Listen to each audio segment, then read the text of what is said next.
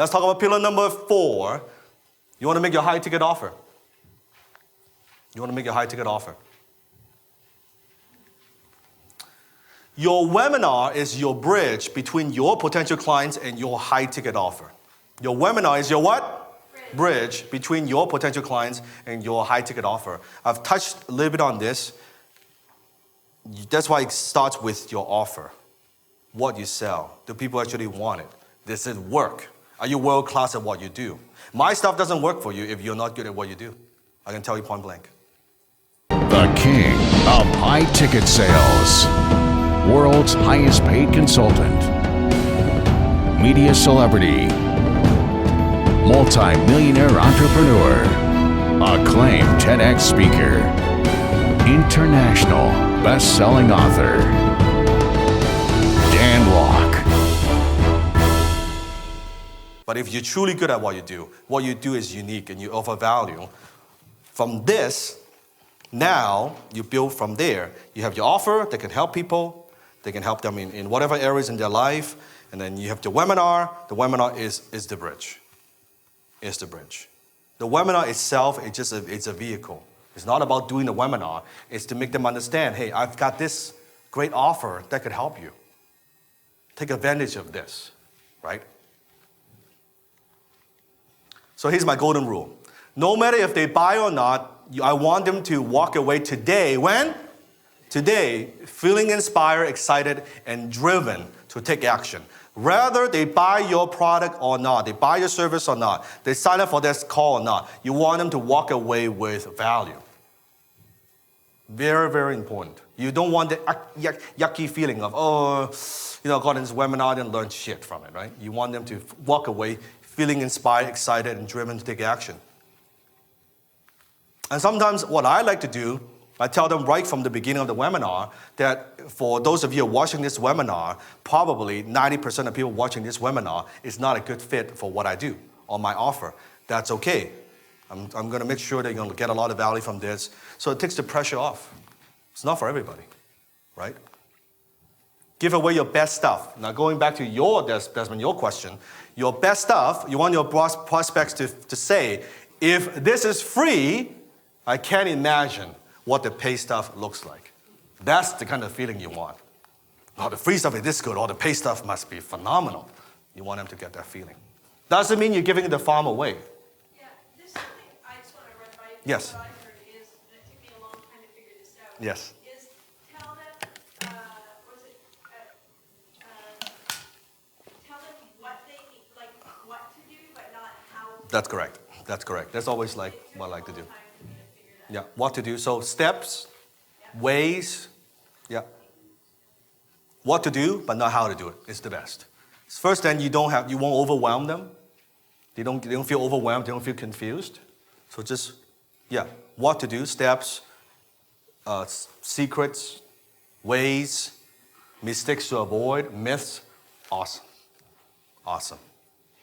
Because it creates the desire. It tells them that there is something about what they're doing that's not working, right? So now to solve their problem is they need to do business with you. So it bridges the gap, right? That's what I'm talking about. Your high-ticket offer is always the next logical step. Your high-ticket offer is always what? The next logical step. Yeah, you start with that. And that's the challenge. Most entrepreneurs, they offer, it's so bad. It starts off with their offer. The messaging is bad. The offer is bad. When you go in the marketplace, they underestimate what it takes out there in the marketplace to get people to buy. Please write this down. They underestimate what it takes to get people to buy. And that's why they struggle for many, many, many long time. So you want to make your high-ticket offer. So there's an art and science of making the offer in a natural, comfortable, and a respectful way. And the respectful comes from you're not attached. You're not saying, buy now. Please buy now. You don't buy now. The world is going to end. Buy now. Here's what I have. Here's who I help. Here's how I think it would help you. Here's who I work with. Do you fit that criteria? You see a difference? Yeah, do you fit it? Not, that's okay. No hard feelings. You fit the criteria, apply. And there are several proven formulas for presenting your offer and making the close. I'll just give you one. How many? I'll just walk through one that I have. Okay? And before I get into the formula, please don't let perfection get in the way of progress. It will never be perfect. Forget trying to create that perfect webinar. Do not let your webinar slide creation delay the launch of your webinar. Look how many typos I made today. Who cares? Nobody remembers. The slides are always, what is it? A work in progress. What is it? It's never done. I tell you, your webinar is never done. Because as your webinar is working and you're tweaking it, let's say it's converting at 10%. Do you want it to convert more? Why would you not? You might tweak things, you might change your offer, you might change the opening, you're tweaking it. Oh, let me make it better. Or you might go back to the landing page. Well, it's converting 30%. That's nice. But what if I kind of split test the headline? Maybe it would convert at 35%. Right? It's always a work in progress. So don't try to make it perfect. Your webinar creation may take up to a couple weeks from start to finish. Maybe a couple months, depends on your productivity. Give yourself some time to leave it and come back to it after a few days with fresh eyes. Victoria, how long it took to create our webinar here, right? Our webinar. You thought it would take how long? I thought it would take 2 weeks. 2 weeks. And eventually it took how long? 2 months. 2 months, right? You thought it would take 2 weeks, and we're still tweaking it. You're still tweaking it, right? Again, it's always a work in progress. Just get something up, get it launched, get some data, tweak it. The problem is, and Kayvon sent me the email, it's when you get data, you don't question the vehicle. You need to look at this and make intelligent decisions. Instead of just saying, well, should I switch to a video sales letter? Should I switch to an application funnel?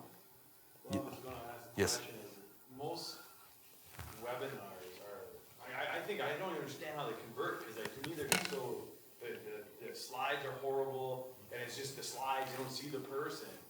Is there a way to be able to have both, like where they can see you and the slides? Because I know that, like, when I can get in front of someone, I can sell better than if they see me, better than just hearing my voice. Yeah, I'll show you an example. Matt likes to do that. He likes to have a little, on the webinar, you have a little corner where you can see the person, and then you have your PowerPoint. Personally, I've always sold through just PowerPoint. Yeah. Because for me, I can be more focused. Because I'm going through the fucking script. I'm not looking at them. I don't want to look at a camera. I'm going through slide by slide. And that's the thing. You want to script your webinar. You don't want to get on it and just wing it. Every word, every story, every pause is fucking scripted. That's how you create predictable results. Everything is scripted. 100%.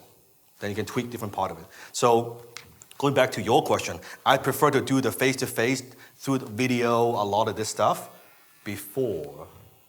But the actual webinar, myself, I like just PowerPoint. Keeps it simple. They focus on the message. I don't want them to look at my face. Well, is his hair done correctly? I don't like the shirt of his color. I don't even want that in the radar. I don't want to think about it. Right? Yeah, you can also, I'll show you an example. You can easily do both. I'm just saying I don't like it, right? But you could do both if you want. I'll show you an actual opening of a Matt's opening, because I think it's pretty interesting. You've been watching my videos for some time now, and you might be wondering, Dan, how do I go to the next level? Or how could I be mentored by you? Here's what I want you to do. My very first assignment to see if you qualify. I want you to go to fumoney.com to download a copy of my book. You can't even do that. I cannot be your mentor. The second step is, after you download my book, I want you to read it. And you also get an invitation to register for one of my upcoming webinars. I want you to register and show up for that webinar. During the webinar, I go through all the details of how you can possibly be mentored by me. Go there right now, fumoney.com.